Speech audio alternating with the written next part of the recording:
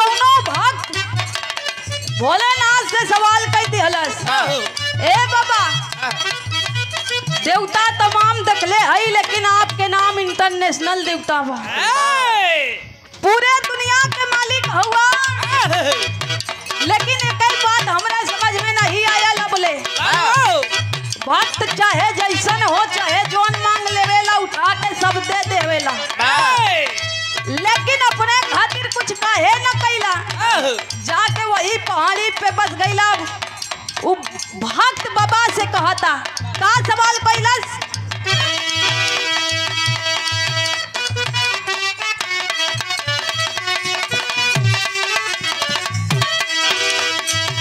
ये कहता सुना सुना ये गौरा के सैया, सुना सुना ये गौरा के सैया, काहे भावेला बेल के पतैया, सुना ये गौरा के सैया, काहे भावेला बेल के पतैया, सुना ये गौरा के सैया, काहे भावेला बेल के पतैया।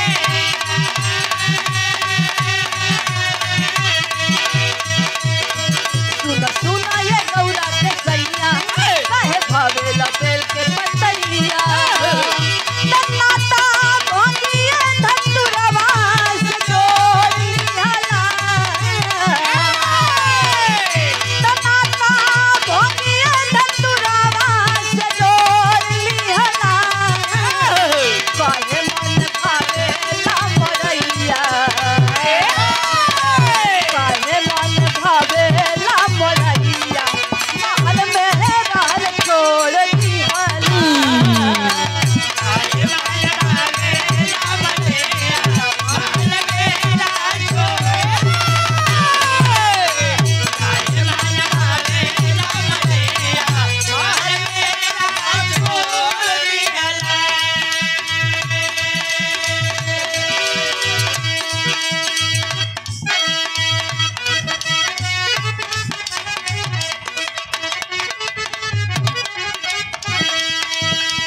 ई बात वही समय के बाद है बाबू,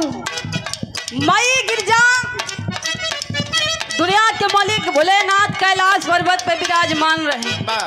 माई गिरजा बढ़िया मांग भर सिंदूर लगाए, बढ़िया एड़ी भर रगना दिए, माथे पर बिंदी लगाए, बढ़िया श्रृंगार पिटार करत बैठी रहा। भोलेनाथ का आगमन भा, भोलेनाथ माई गिरजा का ऐसन सजल सवरल रूप देख के कहे ए रानी, ए गिरजा, माई गिरजा दोनों हथवा जोड़ के खड़ी हो गई, कहलिन स्वामी का बात बा, बड़ा प्यार से बतियावत हुआ, जोन भी कहे के बाद सीधे सीधे बतावा, बात के गोल गोल घुमावे के जरूरत ना बा। जब इतनी बतिया ए बाबू माई गिरजा कहलिन, भोलेनाथ कहलन ए रानी जोन मांगब तोन मिल जाई, माई गिरजा कहिन स्वामी हमार पूरा शरीर तोरे खातिर हाजिर बा, हमार पूरी जिंदगी तोरे खातिर बा, का चाहिए, बौराहू कहलन कि वह थोड़ा सा भांग धतूरा गांजा मिल जात तो बड़ा आनंद आई जात। माई गिरजा इतनी बतिया सुन के जाके गुस्सिया के कोरी बैठ गईली, दुनिया के मालिक भोलेनाथ माई गिरजा के मनावे कैसे,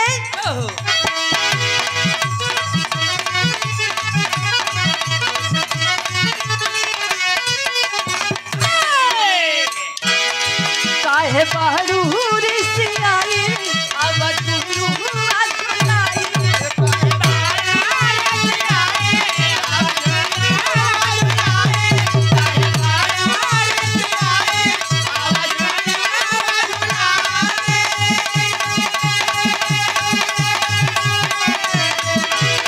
लागे सावन के महीना रानी को जाई सुनाई,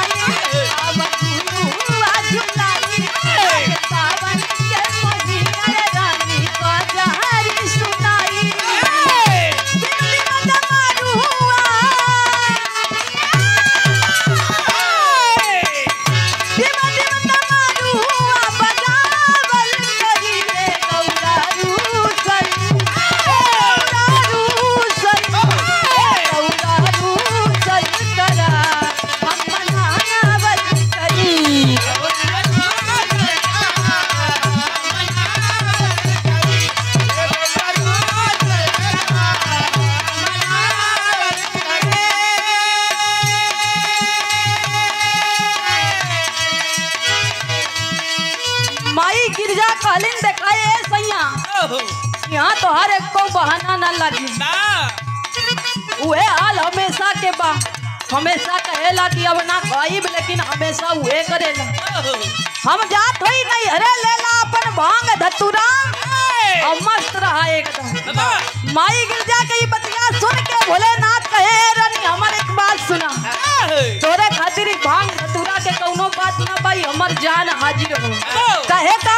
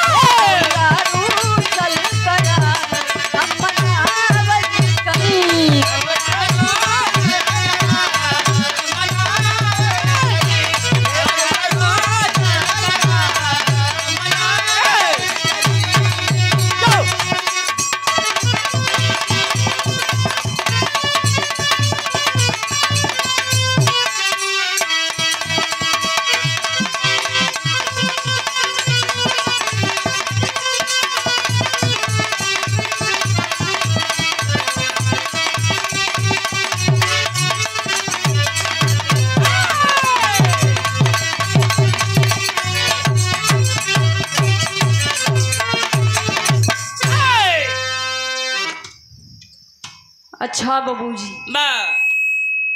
माई के वंदना भइल।